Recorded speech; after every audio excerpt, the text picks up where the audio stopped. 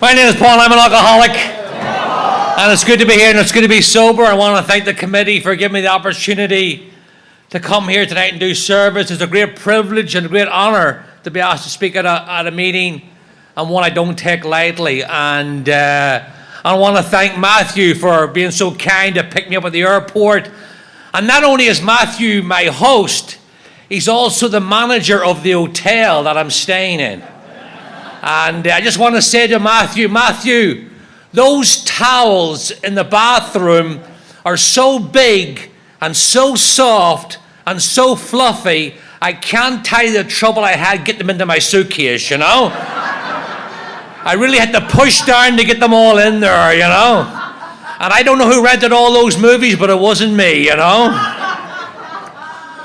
And but we're talking about jokes here, and, you know, you hear a lot in AA, you know, 10 questions if you're an alcoholic, 20 questions if you're an alcoholic. Well, maybe this will sum it up for anybody that's new here tonight, wondering whether they belong here or not. There's a guy who's 25 years sober, and he's out on a blind date with this normal drinker. And she's having a glass of wine, and he's having a glass of water, and she says, "I notice you don't drink." He says, "No, I don't drink." She goes, "You don't drink at all?" He says, "Not at all." She goes, "Not even one drop?" He says, "Not even one drop." She says, "What would happen if you took a drink of my wine?" And he sat back and he said, "Well, just imagine you wake up tomorrow morning and your car's gone, your phone's gone, your money's gone, your credit cards are gone." She says, "That would happen to you if you took one drink?" He said, "No, what happened to you if I took one drink, you know?" And if you think that's funny, you're probably an alcoholic. And if you don't think it's funny, I hope you enjoy the Al-Anon meeting tomorrow afternoon here. Just joking, I absolutely love Al-Anon. Just joking. And I know we got some newcomers here tonight, and I always like to tell this joke. There's a guy who's got 90 days, and he's standing outside the meeting, and he's talking to his sponsor. And the sponsor says to him, "Now just think where you were just 90 days ago." And the sponsee says, "Well, actually, I was sitting in a hot tub, half drunk, surrounded by beautiful women in bikinis." And the sponsor says, "Isn't it wonderful that you don't have to live that way anymore today, you know?" So maybe you're thinking, is this it? You know, but I'm not here to sell Alcoholics Anonymous. This is attraction, not promotion. But I will tell you this, and I don't mean cash and prizes. You cannot get where I'm standing tonight from where I came from without Alcoholics Anonymous. It's an impossible journey. And why do I continue to come to AA? I know how the movie goes, but I wouldn't miss it to see someone walking in that door on the worst night of their life and be given the grace not to drink. And AA is so much more than grace. It's mercy. And the definition of mercy I like the best is entering into the chaos of another person's life. And back in August of 1992, the few people left in my life was going that way. The only people coming this way was Alcoholics Anonymous. And they carried this message. My message mightn't even keep me sober. They carried this message. And if you're new here tonight, what is the message of Alcoholics Anonymous? When complete defeat through alcohol, I got a body that won't let me drink and a mind that won't let me stop. One drink creates a thirst I can't quench. When I control my drinking, I don't enjoy it. When I start to enjoy my drinking, I can't control it. With your help, and I say this is a testament to the power of AA, not me. With your help, I haven't had a drink since August of 1992. One drink tonight, not 5, not 10. One drink tonight, destination unknown. And that's what showed up here. And these beautiful people with this beautiful program brought me from a place of powerlessness and unmanageability, not to a place in step 12 where I'm powerful, but a place where I've access to power 24 hours a day, 7 days a week, an unlimited supply. And don't think because you're just into Alcoholics Anonymous that you've got nothing to offer. AA is the only place I know in the world where the whole is greater than the sum of the parts. And everyone in here tonight, whether you're 1 day sober or 50 or 60, everyone in here tonight has got worth and value. Because this is God's economy. And we all have worth and value. A friend of ours, Tim, knows very well. He says, what do we come here for? My sponsor says, we come to the AA campfire. And we sit around the campfire and we tell our stories. We're a storytelling society. A big mistake that a line I used to misquote for years in AA, I would have said, how it was, what happened, and how it is today. Doesn't say that. It says how we were, what happened, and what we are like today. See, I want to talk about alcoholism in the abstract, but AA is people. People get people sober. God works through people. And the spiritual conduit that he uses to spread his love and grace is the fellowship of AA.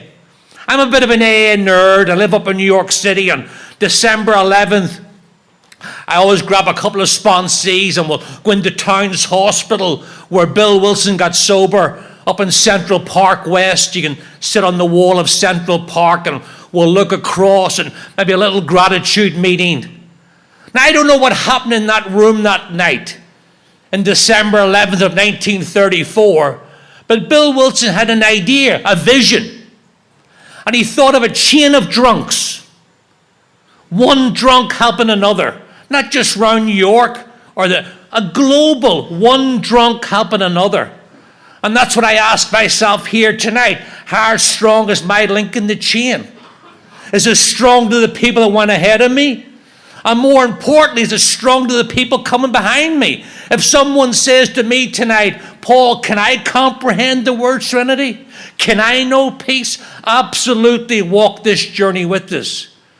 And we have a simple program here. There's a friend of ours said, I love an AA.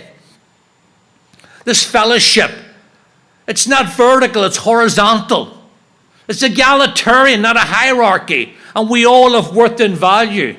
There's a friend of mine says, if you stay in AA, you'll get longevity, but not seniority.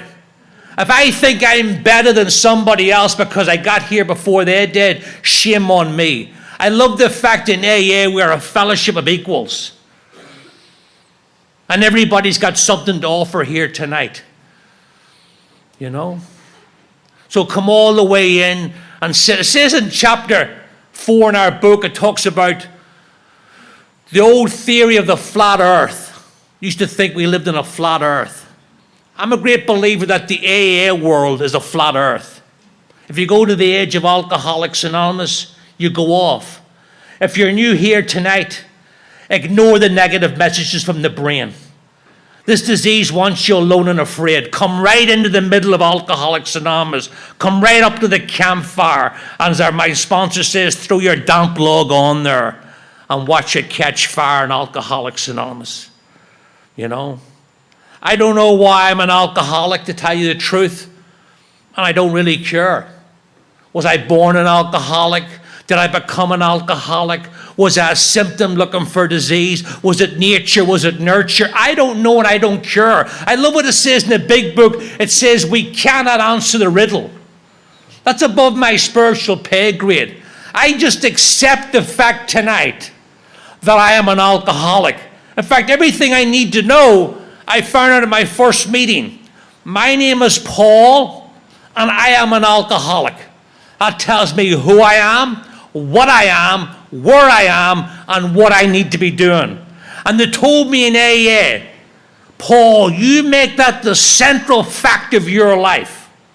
Things around you may not be okay, but you will be okay. And that's been my experience at Alcoholics Anonymous. And all AA, what has AA ever asked me to do? All they've ever asked me to do is to stay sober and try to help another alcoholic. And in trying to do that simple thing, which I don't far from perfect, I've been so grossly overpaid in AA, it's embarrassing. And I think Bill Wilson got that, going back to that Towns Hospital. It says in our book, in the doctor's opinion, he requested the privilege of speaking with the other alcoholics. He hadn't even left the hospital. We didn't have steps, we didn't have books, but we had each other. And I hope to God I never do that. I hope I never talk to an alcoholic. I hope I never talk at an alcoholic. I hope I never get up on the spiritual hilltop and talk down to an alcoholic. What is AA? If you bring it down to its simplest form, it's one alcoholic talking with another alcoholic to remove feelings of differentness and separateness and uniqueness. I am you and you are me. We had a memorial last week for Liz B. She was the first African-American woman to get sober in AA. She got sober in July of 1952. And I was with Liz a lot. And Liz would always say when she was speaking, it was so simple but so deeply profound. Without you, there's no me. And that's so true. If you're new here tonight, do not do AA alone. There's a friend, don't do it. There's a friend of mine says it's BB. I said, what's BB? He said, I don't know, but it's not AA, you know? So come all the way in and sit all the way down. George Eliot, the writer, says, it's never too late to live the life you're meant to live. That's been my experience in AA. This is the only place I know in the world that you get to live two lives in one lifetime. People say, oh, I came to AA and I got my life back. I don't want my life back. It sucked. I had it for 30 years. I got a whole brand new life in AA. Are there people from the drinking days? Yes. But things are different today. My world is built on concrete. And there's days of spiritual warfare out there, and the world would huff and it'll puff. But if I stay close to the principles of AA, I don't have to drink today no matter what, one day at a time. And I was a guy who had to drink no matter what, one day at a time. And I love the fact that we walk in here tonight and you just, like Matthew was saying, just striking up a conversation. I just love that in AA. You're my people.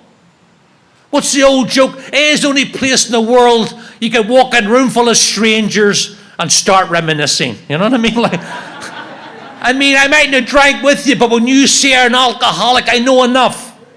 If I want to know about the guy who lives next door to me, I might have to ask him, what college did you go to? What do you work? Not in AA. You tell me you're an alcoholic, I know enough. I know you've experienced terror, frustration, bewilderment, despair. I know you put a drink to your lips as the tears are rolling down your face and you drank it anyway. I know that friends and family and loved ones, in my case sometimes on bended knee, begged me not to drink. And for goodness sake, at the end of my drinking, I was drinking against my own will. I know that because I'm an alcoholic, and I know that about you because you tell me you're an alcoholic. And I love that fact we're all here. James Joyce, the Irish writer, he's got a great, and he's talking about Dublin, but it's so indicative of AA. He says, here comes everybody. Look around, we're all here. Gender, color, creed, doesn't matter. We're all alcoholics in the lifeboat together, helping each other stay sober one day at a time. Now, a little bit of my story, and I know this may come as a shock to some people here tonight, but I'm not from the neighborhood originally, you know. It's about 35 years now since I left my native Cuba, and I'm from Belfast in Northern Ireland, and the working class neighborhood, the sort of neighborhood I came from. If you didn't drink, you moved. Everybody drank. I didn't know anybody that didn't drink. It was not uncommon to see public drunkenness on a Friday and Saturday night. I mean, to tell you the truth, I've heard people, tell different stories, and some people were successful for a while drinking, and then they crossed that invisible line, and some people had a modicum of... That is not my story. I came out of the starting blocks at 15 years of age, and I took that first drink, and it was magic. The magic elixir. But I made a Faustian bargain. I made a deal with the devil. I love that, Christmas time. I always love to watch that old version of A Christmas Carol, And it's such a wonderful book and movie because it's like almost an allegory for life. And you've got the ghost of the past and the ghost of the present and the ghost of the future. When I was taking that first drink, I had a couple of drinks, but the first time you're sitting down to get drunk, like 15 years of age, down a back street in Belfast, and I'm putting that drink to my lips. If the ghost of my alcoholic future had stepped up and tapped me on the shoulder and said, I want to show you something. Look in that window.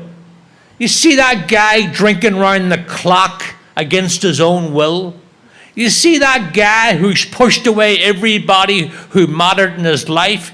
You see that guy who has quicksand stretched around him in all directions? That will be you in 15 years.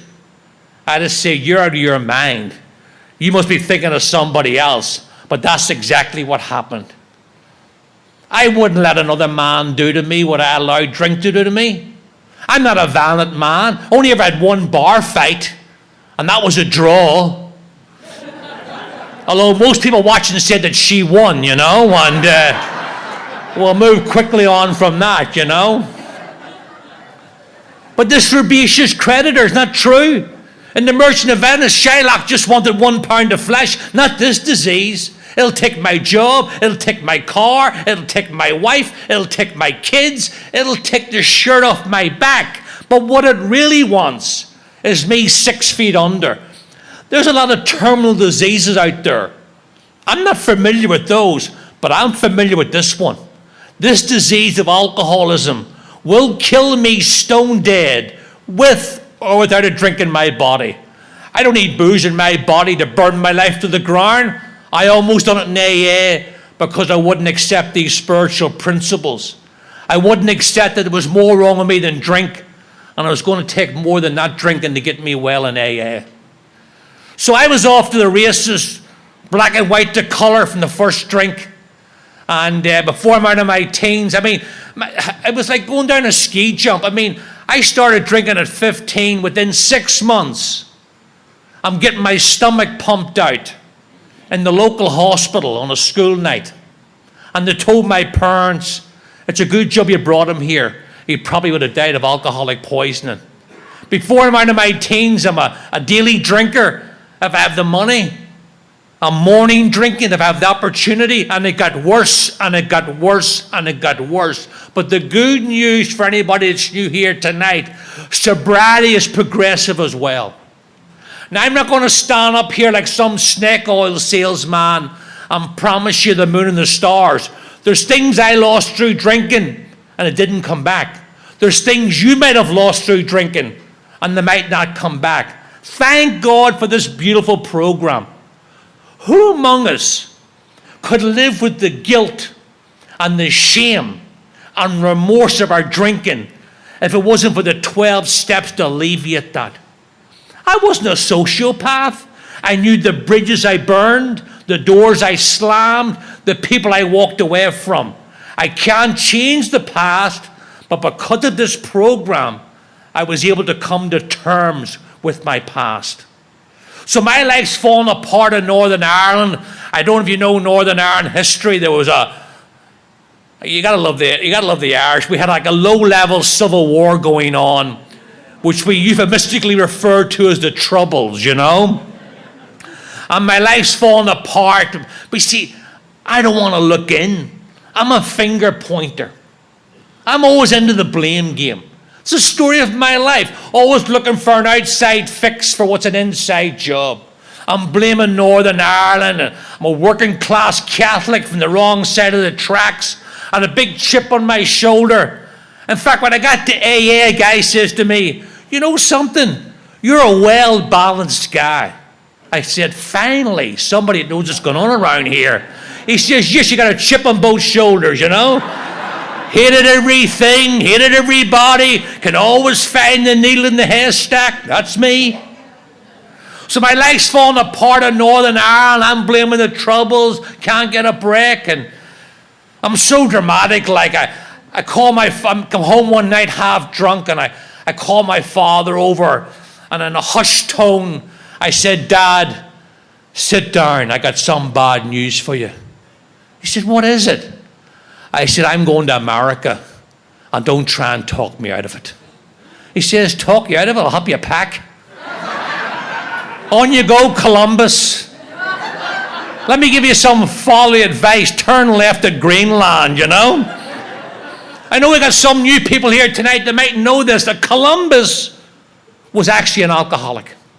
It's a very little known fact. When you think about it, he must have been an alcoholic. When he set off, he didn't know where he was going. When he got there, he didn't know where he was. When he got back, he didn't know where he had been. And he got a woman to pay for the trip, not once, but twice. I think he might have been an alcoholic.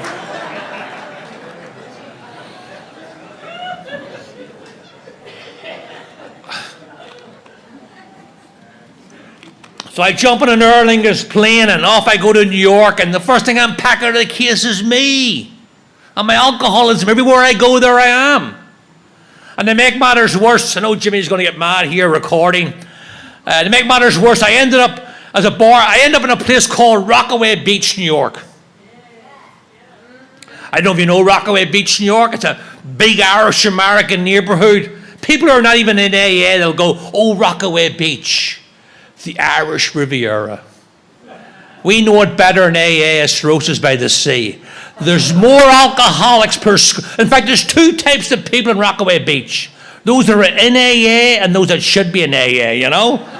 And to make matters worse, I got a job as a bartender. Now, you all look like nice people. I worked in a sort of a bar that had a bouncer on the door, but he was there to throw people into the bar, you know what I mean? Not throw them out. You know the sort of a bar, if you want to see a full set of teeth, you need 32 customers. You know that type of place? This is a place I was working in.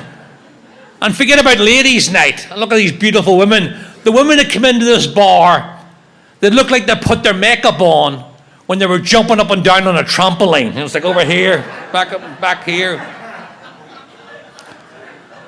But water finds its own level, and so do alcoholics, and I fit it in like a glove.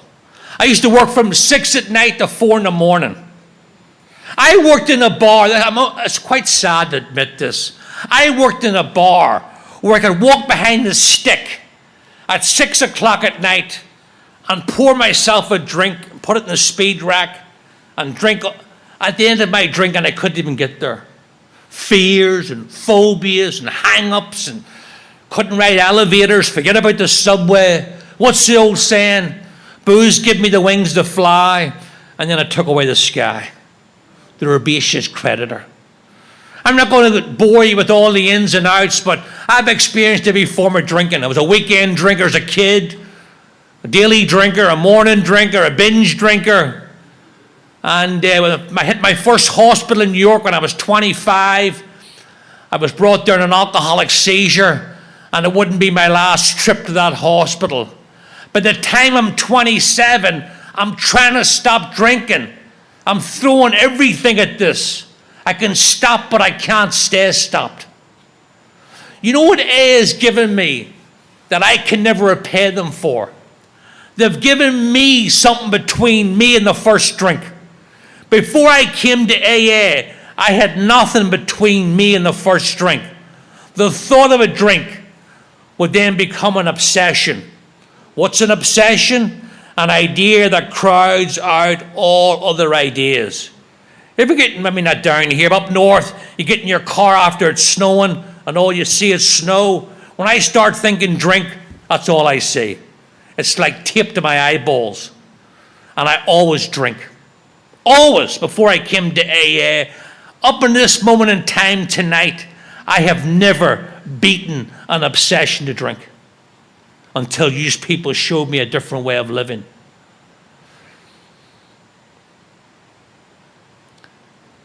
I'm hitting these hospitals, I'm in and out of hospital. By the time I'm 27, I'm like, if you ever get a chance, we were just up there the other day at Stepping Stones in New York. There's a big family Bible, and you can see where Bill would write in the fly cover, I'm so sorry, Lois. It'll never happen again. 1927, 1928, 1920. Oh, I meant it. I meant it when I would come out of these hospitals. But here's the problem. I almost went to the graveyard thinking I had a drinking problem. A drinking problem is solved by not drinking.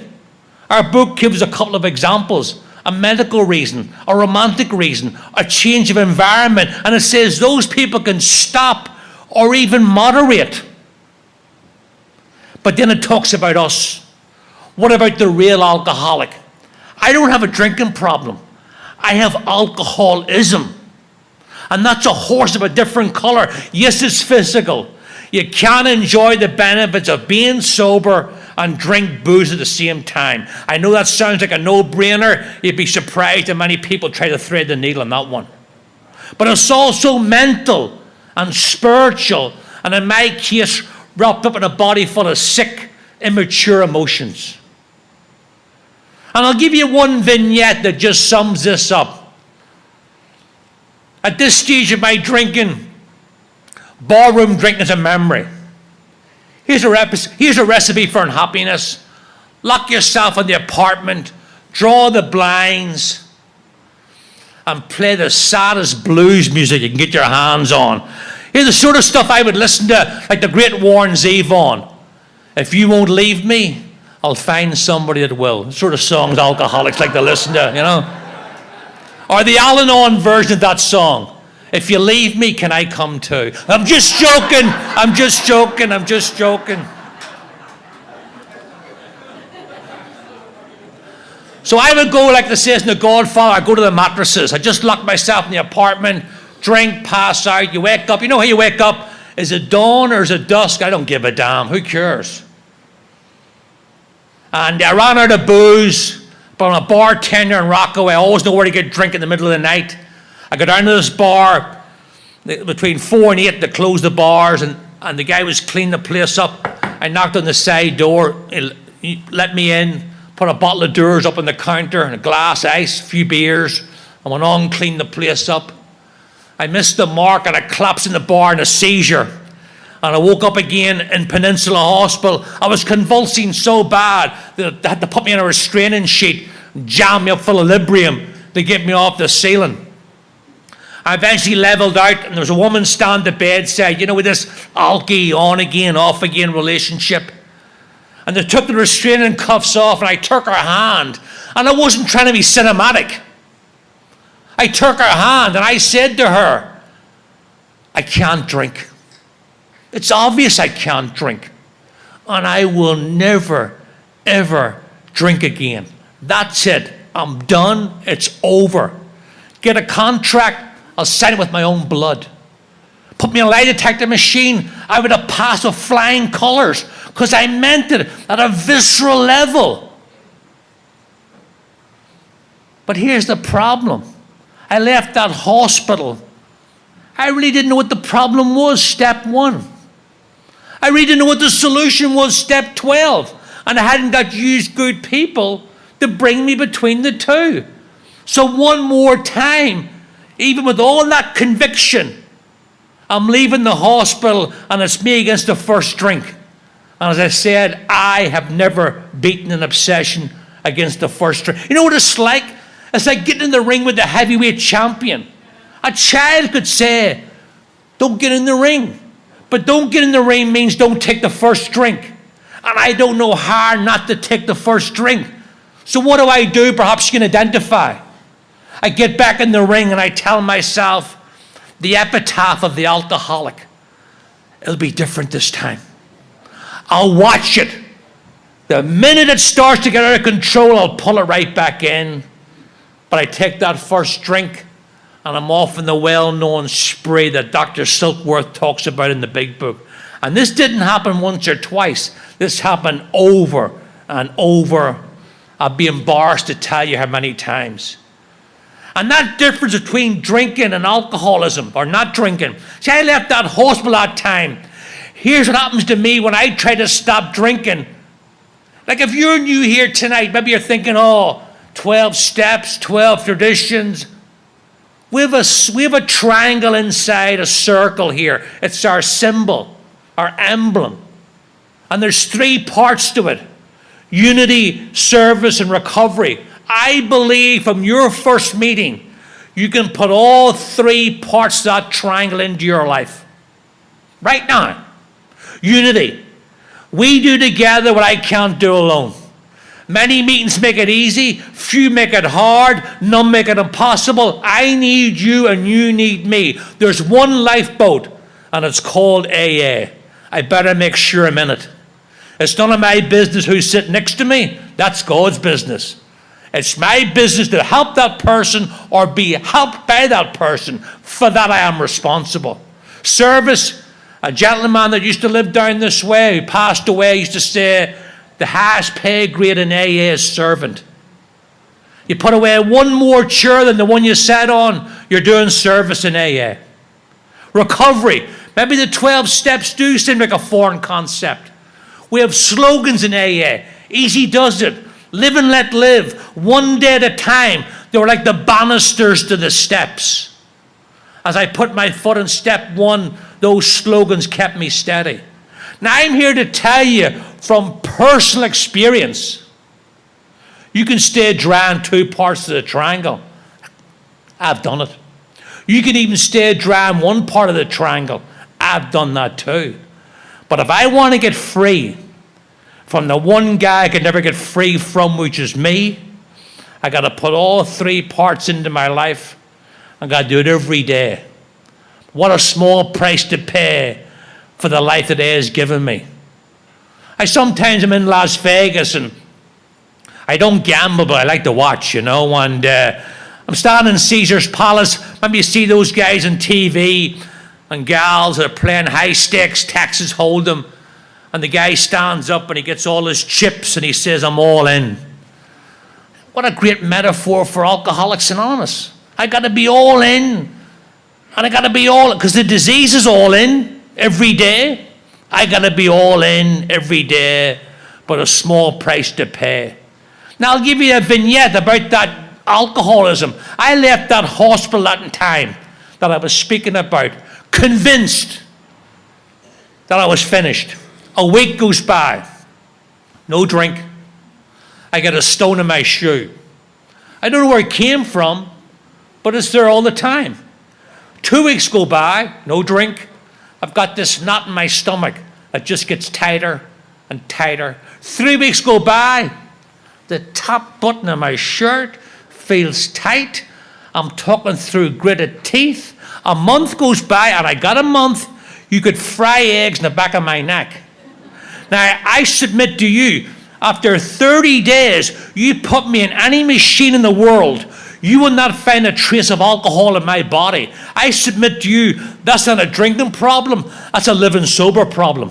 And that's why I need unity, service, and recovery on a daily basis to get this daily reprieve. Not a lifetime pardon, this daily reprieve in Alcoholics Anonymous. And I'm standing here tonight, and I'm free. I grew up in Northern Ireland during the Troubles. We sang about freedom. We marched in the streets for freedom. We would talk about, I wouldn't know freedom. I'm free tonight. It mightn't seem much to a person who's not, but to get up this morning in New York City, drive to the airport, get on a plane, fly to Charlotte, that's a freedom I didn't have as an active alcoholic. Alcohol had become the common denominator. Every decision I made, knowingly or unknowingly, was divided through a drink. Even the most simple, will there be enough booze to get me there? Will there be enough when I get there? And will there be enough to get me back here? And when you live your life as we do, your life gets smaller and smaller with less people in it. You're sitting like I was, blinds closed, phone off the hook, drinking round the clock against your own will. At the end of my drinking, there's no more good times. I'm drinking for unconscious time. I just want the pain. If I just keep this bottle of vodka down, maybe the pain will just go away for a couple of hours. It's something when you're sitting there and everybody's gone and everything's gone and you realize, I backed the wrong horse. I remember sitting there thinking to myself, what the hell happened to me? What happened to that 12 or 13-year-old kid that loved nothing more than run outside with a soccer ball thinking he's going to be the next George Best? Where the hell did he go? And I'm sitting there drinking, as I said, for unconscious time, against my own will. But I love when someone's telling their story and it goes down and it goes down, and then they say what I believe is the most beautiful words in an A qualification. And then. There's not a person in here tonight who's got one day or more that hasn't had an and then moment. And this is mine. When I hear an alcoholic saying, and then, I sit up like a German shepherd because I know God's coming in some form in the next sentence. And this is mine. In that apartment, on another drunk, and a piece of paper come under my door. I thought it was an eviction notice. And I pick up this piece of paper, and it said what I've been hearing since I was 15 back in Northern Ireland. Paul, you're a nice guy, but you drink too much, and it had a man's telephone number on it and his name. Now, it's strange enough, a piece of paper coming under your door. The stranger thing is, I called the number because I'm Irish, stoic, don't tell nobody nothing. I built these walls high and I built them deep. You weren't getting in, but guess what? I wasn't getting out. I was in a prison of my own making. And I called this complete stranger, and his wife, a great Al-Anon member, Kitty, answered the phone, and she says, I think it's that Irish guy. And I could hear him coming to the phone, and I said, I can't stop drinking. I can't. And he said, where are you? And I told him where I lived. And him and another guy, Jerry C. and Johnny K., they were from the old South Bronx group in New York. And that group had a mantra, we don't give up on anybody. What a great mantra for a home group. Now, they came to my apartment. And here's the thing. I thought they were going to come to my apartment and talk about my drinking. Because back in August of 92, the few people left, that's all they wanted to talk about. Hey, Paul, we need to talk about your drinking. And you know how we are, like Dr. Bob says, getting scolded. I'd be nodding my head. Yes, oh, you're right. Thinking to myself, I wish they would shut up so I can go drinking again. And the ironic thing was, these two men, just two regular guys. One guy was a subway conductor. The other guy was a commercial removals guy. But what does our book say? Armed with the facts about themselves. They came to my apartment and they sat down and they didn't talk about my drinking. They talked about their drinking. And they told story after story of their drinking. And like Bill Wilson says, here we are on Founders Day, like Bill Wilson says when he first, or Dr. Bob said when he first met Bill Wilson, it was the first human being he had ever met that he felt fully understood him, and not because he read it in a book somewhere. And that's how I felt. It says you can win the entire confidence. Within 20 minutes, I told these two men something I hadn't even told myself. I coughed up the big fur ball. And I said to these two guys, I can't stop drinking. I can't stop.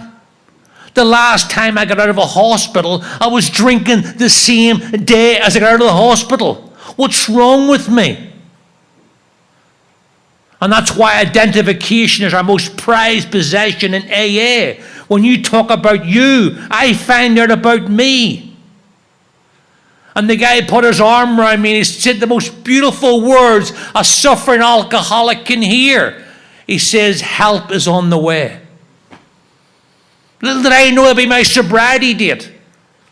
I was too sick to go to a meeting that night, but about 40 hours later, I got put in a car and got bookended into it and brought to my first meeting in Rockaway Beach, New York City. And little did I know that walking through, and I know this doesn't happen to everybody, But I walked in one way and walked out another way. I don't know what was said at that meeting. I don't know who spoke. I couldn't tell you. But I left that meeting that night, and I had a little feeling inside my stomach. I didn't know what it was that night, but I know tonight what it was. It was hope. That's what AA is. It's hope in human form. People get people sober. I've never seen God at a meeting yet, but I see him in the face of every person here tonight. And I'm so glad there wasn't a guy standing at the door with a clipboard saying, hey, check the box for what you want. I would have checked the box for not drinking. I would have shortchanged myself. Yes, I got that. But I got so much more. I got you back. I got me back. I got him back. Alcohol is only mentioned the first half of the first step. The other steps help me do what I can't do, drunk or sober, and that's live out there, one day at a time, under God's conditions rather than my demands. Now, I'm not going to tell you here that I took the ball and scored a touchdown. I came into AA with a lot of old ideas. Our book says, let go absolutely of all your old ideas. And I came into AA with a lot of old ideas. Barroom mentality.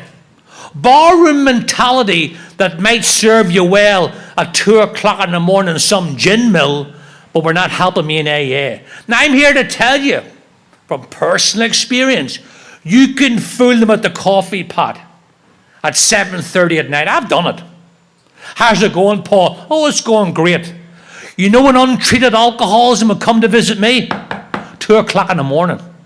With the could'ves, should'ves, would'ves, guilt, shame, remorse, another sleepless night in sobriety. And every night, about 3 o'clock in the morning, there'd be this book that would magically appear on my bedside table. And it wasn't a big book. It was called Where I Should Be in My Life by Now by Paul McQ. You start reading that at 3 o'clock in the morning with no drink and no program, you're ready to put a rope over the rafters. I was doing Unity. I was going to plenty of meetings. I'm making more coffee than Juan Valdez. You kidding me? But I wouldn't do door number 3. I wouldn't do recovery. The steps seemed touchy, feely. I said, I do these steps, I'll have wind chimes hanging up around the house, you know. Joining Oprah's book club, you know, and wearing flip-flops even in the winter time, you know. I mean, contemporary investigation, you're looking at it. Had a sponsor, a name only. You can bring a horse to water. You can make him thirsty, but you know how that analogy ends. And a guy came up to me one night at a meeting, not my sponsor, regular member. He says, Paul, can I talk to you for a second? I said, sure. He says, you're dying. And you're dying right in the middle of AA. He says, you know what you're like? You're like a starving man at a spiritual banquet. There's all this food and offer, and you're living on bread and water. He says, you know how I know? I've been there. It was like he threw a bucket of cold water over me. I'm 2.5 years in AA. No drink, but no program. I've been the jumping off place twice in my life. Once with drink and once with no drink and no program. It's a different type of pain, but pain nonetheless. I came into AA. I didn't know very much money. 2.5 years in AA, I'm thousands upon thousands of dollars in debt. And I know why today. I was still trying to fill the hole in my soul with outside stuff. Feeling irritable, restless, discontent. Oh, I know. Let's go to the Caribbean. But you come back and a friend of mine says, you're always back in the same equation, me on me. I'm shackled to self by the very nature of this disease. We don't do the steps because they're nice. We do them because they're necessary for recovery. If I want to get physically and mentally and spiritually rehabilitated, I have to work this program. I tried every other way of getting the vital spiritual experience, some symbolic victories, but nothing of any permanence. It was all transient. So this guy tells me this. I still wasn't convinced. The next day, I'm driving out of the Brooklyn Battery Tunnel in New York onto a 6-lane highway called the Gowanus Expressway. This is 2.5 years off drink with no program. And a guy cut me off. I'm like, oh, really? I chase after him. I jam him against the guardrail. I'm not that type of guy. I don't do that type of stuff. I never did anything like that when I was drinking. I'm blocking 3 lanes of rush hour traffic. I go back to the guy's car. I don't care who's behind the wheel. There's an Asian man sitting shaking. His wife's crying in the passenger seat, and his 3 kids are crying in the back of the car. I apologized profusely. I got in my own car. I hit my head off the steering wheel. I said, I'm crazier off drink than I was on it. And in some respects, that's true. I drove to my sponsor's house in name only, sober a long time. Great guy. Only guy I know, he would have 7-story mountains sitting next to the racing form. Smoking a big cigar. I pull up in the car. I says, Jimmy, I got to talk to you. He says, sit down. What happened? I told him what I just told you. And he sat back and he goes, how old were you when this happened? I says, Jimmy, this happened a half an hour ago on the Gowanus Expressway. Maybe we're getting like lost in translation here. I got you hooked on phonics, the Shamrock version, bring you up to speed. And he was a great lover of Dr. Harry Tebow, great friend of AA, non-alcoholic, but understood alcoholism like few non-alcoholics do.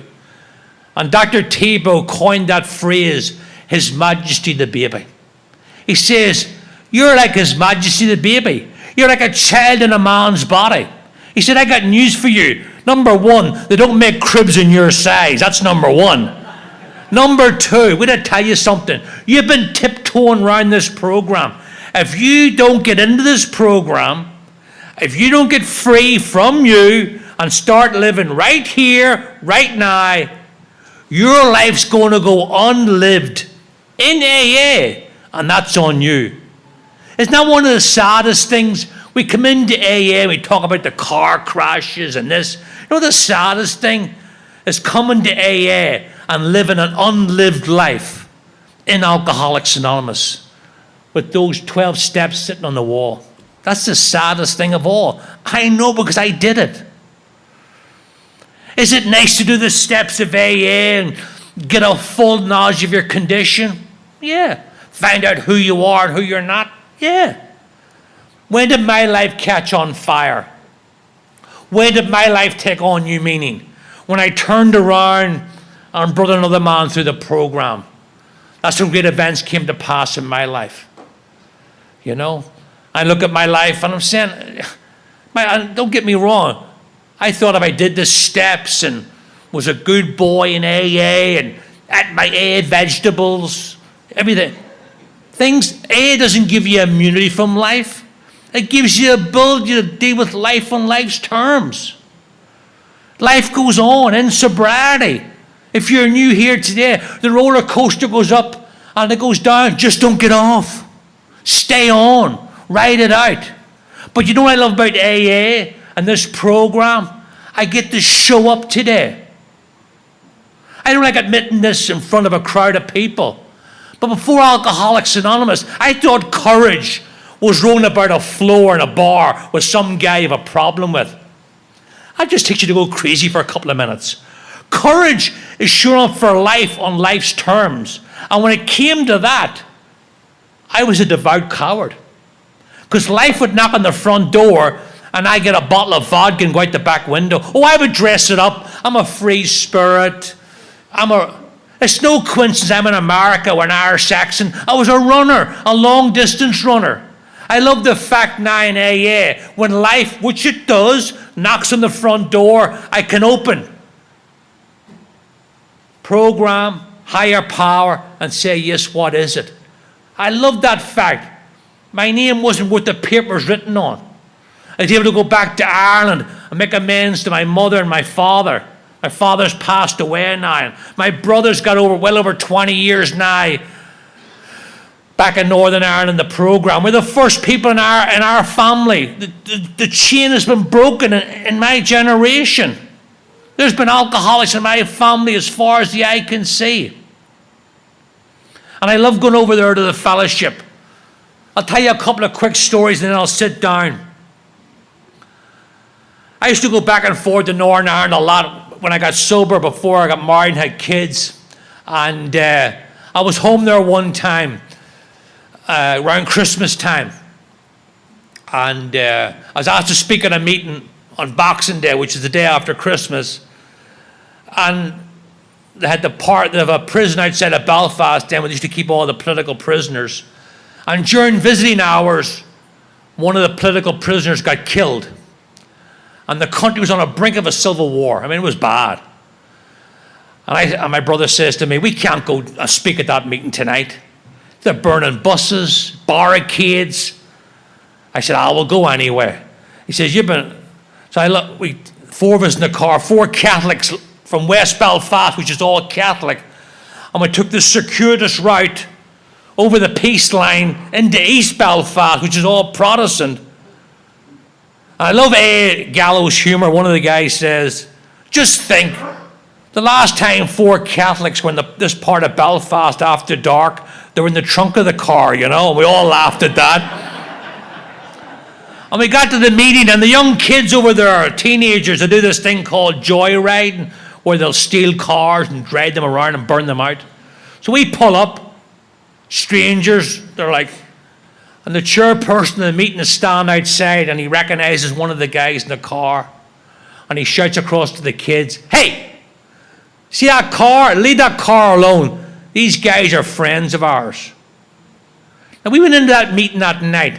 I can't think of one, never mind Belfast, I can't think of one place in Northern Ireland that night where Catholics and Protestants were sitting together. But they were sitting together in a meeting of AA. And all that stuff that was all over the 6 o'clock news was left in the parking lot where it belongs. And we talked about our common problem and our common solution. Now, I'm not going to tell you we left the meeting and went singing Kumbaya down the street.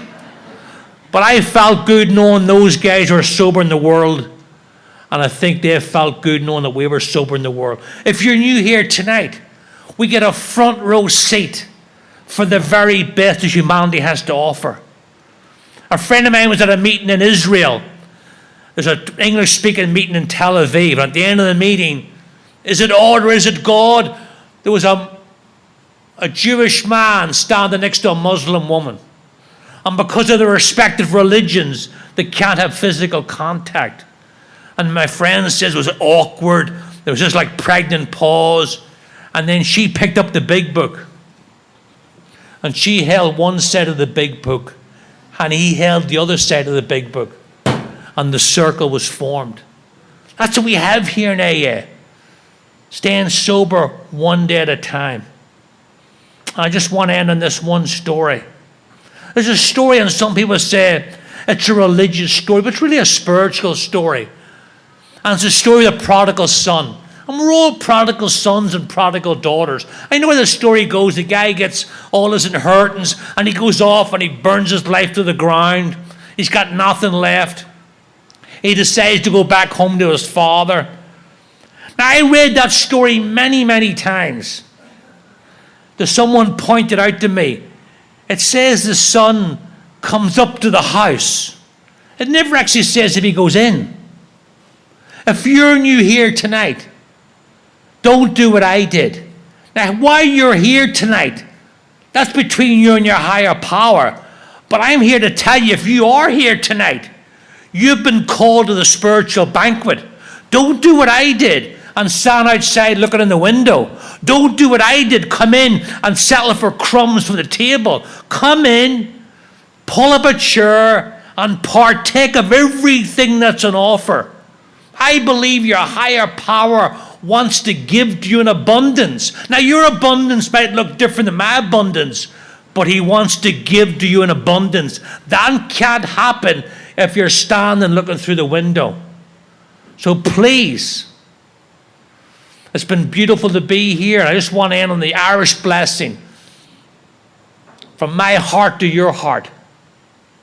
May the road rise to meet you. May the wind be always at your back.